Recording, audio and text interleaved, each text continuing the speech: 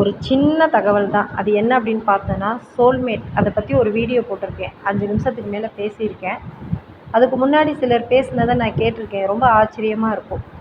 ஆன்மீக படிப்பு, அது சம்மந்தப்பட்ட விஷயங்கள சேகரிக்கிறது, அதை பற்றி கேட்குறது அப்படின்னும் போதில் அந்த டிவைன் கைடன்ஸு, நானும் அதை பற்றி பேசுகிற மாதிரி சூழ்நிலை அமைஞ்சது. ஒரு வீடியோவே அதை பற்றி போட்டாச்சு. ஒரு இயல்பான மனநிலையில் பார்த்தோம் அப்படின்னா, நம்ம ஸ்கூலில் படிக்கும் போதில் நம்ம கூட படிக்கிறவங்கள கிளாஸ்மேட்டு, உயிர் நண்பன், திக் ஃப்ரெண்டு அப்படின்னு ஒவ்வொரு பெயர் வச்சு அழைக்கிற மாதிரி, நம்ம ஆன்மீக படிப்பு படிக்கும் போதில் நம்ம கூட படிக்கிறவங்க சோல்மேட்டு, ட்வின் ஃப்ளேம் இது போல் அமைஞ்சிடுறாங்க. ஒரு விஷயம் தெரியாத வரைக்கும் ஆச்சரியந்தான். அது தெரிஞ்ச பிறகு இவ்வளோதானா அப்படின்ற மாதிரி இருக்குது.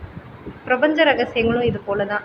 அது தெரியாமல் மூடி இருக்கிற வரைக்கும் அவ்வளோ ஆச்சரியம். அது திறந்து தெரிய தெரிய ஆரம்பிக்க இவ்வளோதானா இவ்வளோதானா அப்படின்ற அளவுக்கு இருக்குது. உதாரணத்துக்கு சொல்லணும்னா ஒரு பாடல் வரிகள் சொல்லலாம். கண்ணில் தோன்றா காட்சி என்றால் கற்பனை வளர்ந்துவிடும், கண்ணில் காட்சி தோன்றிவிட்டால் கற்பனை தீர்ந்துவிடும்னு சொல்லுவாங்க இல்லையா? அதுபோல்